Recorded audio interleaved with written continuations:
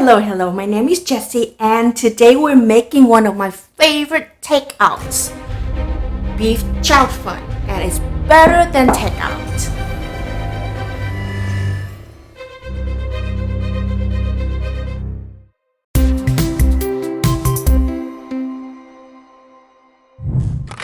These are the ingredients that you would need for this dish, and they are also listed in the description box below as well. First, let's chop up the vegetable that we have. And you know me, we're gonna start with the vegetable first before we touch the meat so we don't have to change the cutting board. So I'm using about 8 ounces of iceberg lettuce. Traditionally, they would use bean sprout, but there's a little scent of the bean sprout that I don't like. And also it's harder to get where we're at. So I'm just getting the iceberg and cut them into strips like how the bean sprout is. It would add the same crunchiness just like the bean sprout without the scent that I don't enjoy too much. And iceberg lettuce is available pretty much anywhere. Versus the bean sprout, I had to go to an Asian grocery store and they go bad so quickly, so I usually don't have them in the fridge. So that is about half a head, and that's like 8 ounces. And half an onion.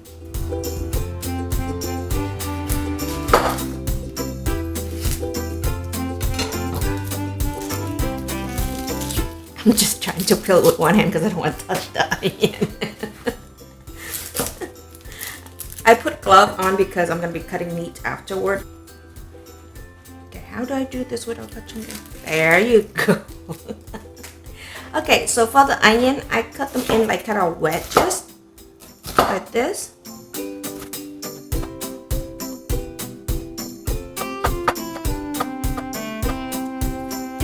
The onion is almost like another vegetable for this dish. Okay, now we're done with all the vegetables. I mean, I had these garlic chives already pre-chopped in my fridge, so I didn't have to chop them and the green onion. So for the beef, this is flat meat.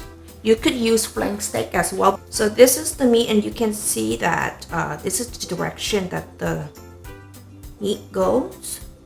So we're gonna cut against it. So do not cut like this. Your meat would come out very, very tough. So it goes this way. We're gonna cut it against it, okay? And that is one of the tips to get your meat very tender and juicy. I'm just gonna kind of peel this off because they're gonna get tough. I like to use flat meat, and I got my flat meat from Costco. But you could use flank steak or anything, any steak that you want. And I put this piece of meat in the freezer for about 15 minutes before we cut into it, so it's easier to cut. So I'm gonna thinly slice this. Okay. I like to cut them a little bit big like this so we can taste the beef in the Beef Chow Fun. Beef Chow Fun is one of my favorite noodle dish that whenever we go to a Chinese restaurant, actually if anything with the white rice noodles is my favorite. Like that's why we made pad kee mao the other week. So now is our Beef Chow Fun. And because they're my favorite dish, so I've tried so many different techniques to be able to make it at home. And I finally did it during quarantine. So I usually do 1-to-1 ratio, 8 ounces of noodles and 8 ounces of meat because we want a lot of protein in our dish. And that is another reason why I like to do it at home, because I get to add as much of meat as I want or take out whatever topping that I don't like, for example, the bean sprout.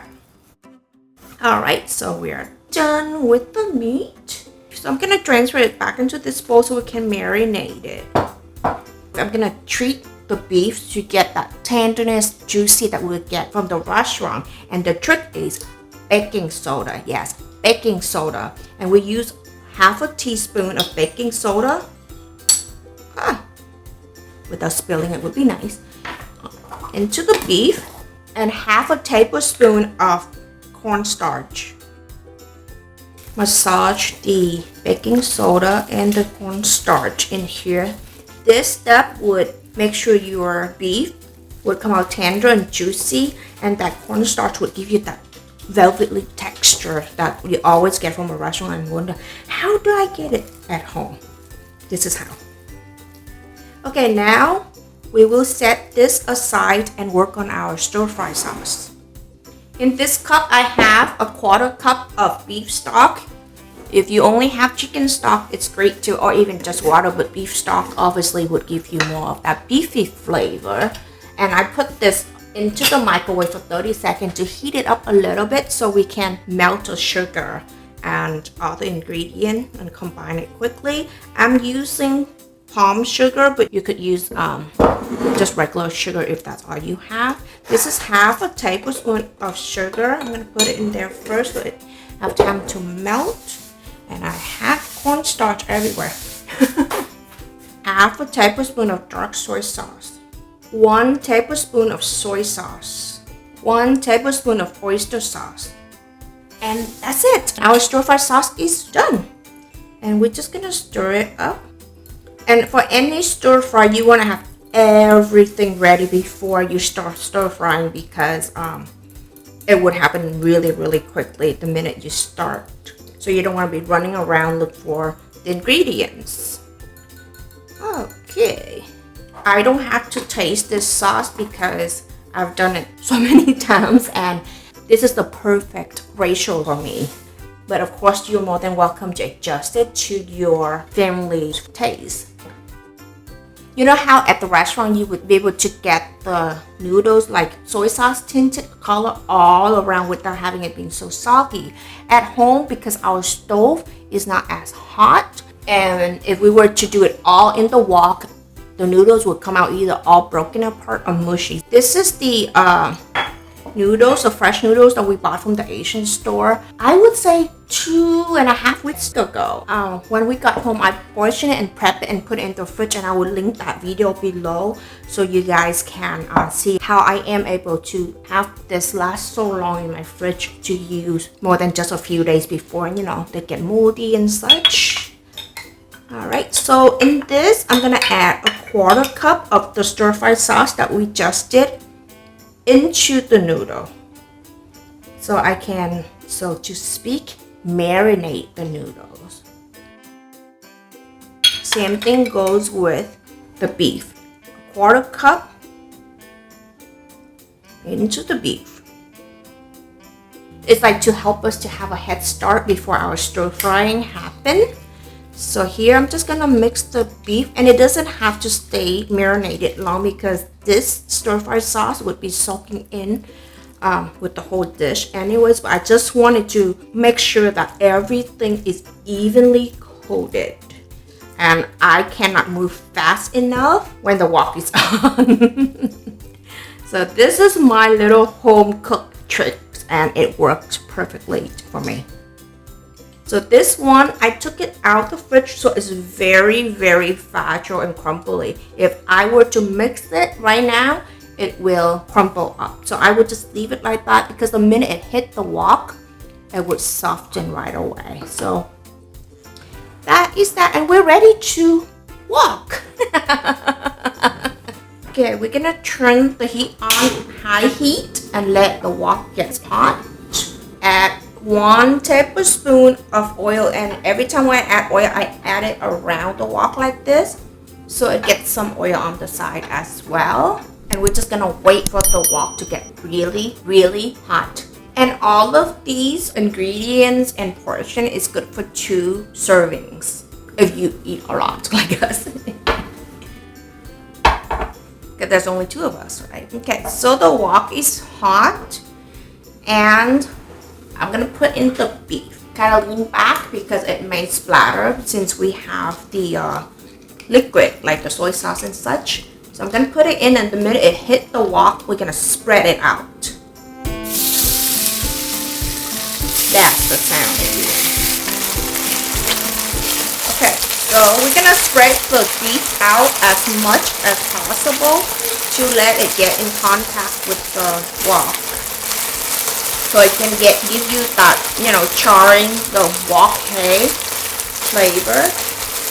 And because at home we don't have a big, like, powerful stove, especially these portable ones, We're gonna wait for a few seconds so the beef can sear before we flip it. Okay, so that's about 30 seconds. When you see the edges are getting a little bit opaque, we're gonna flip it. Look at the color of the beef. You see it? That is the help of baking soda as well. Baking soda really helps browning the beef, and since we add only half a teaspoon, you won't taste it at all. At first I was like, I don't want to taste that, but you can't.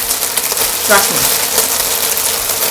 Alright, so now that is almost done. The beef, you don't want it to be completely cooked because we're going to continue to cook it. So I'm going to make it well and add in our noodles. Be gentle. And now you just have to be patient and gentle. And hopefully your stove will move around like mine. Okay, so I'm just going to kind of push it around like this so the noodle would get heat up, and once it gets heat up a little bit, it would start to soften up so you can start flipping it without breaking it. You see how I just kind of stir it like this to soften the noodles without breaking it? It would slowly unravel itself.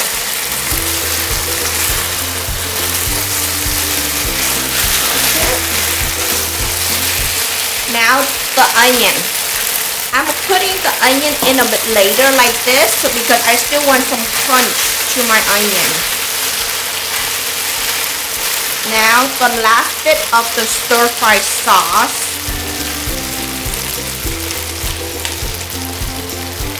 Be very patient with your noodles. I just kind of stir it like this without disturbing it too much. Oh, now it's good. Okay. When your onion softens a little bit, this is when we add in our iceberg or bean sprout. Now the noodle is soft and you can flip it now. Ooh. I wish you can smell it.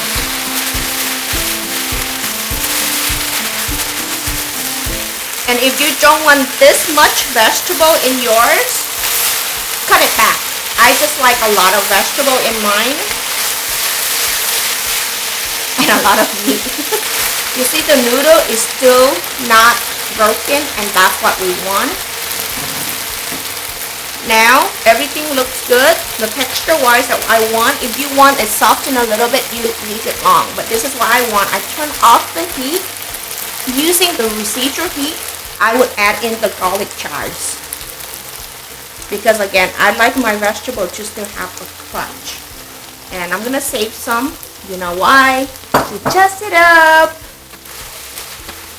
Okay, and just like that, you're done. I wanted to show you guys the noodles. It's still very juicy, not mushy. It still have that texture. Wow, look at that. Oh, is your mouth watering yet? Mine is. Okay.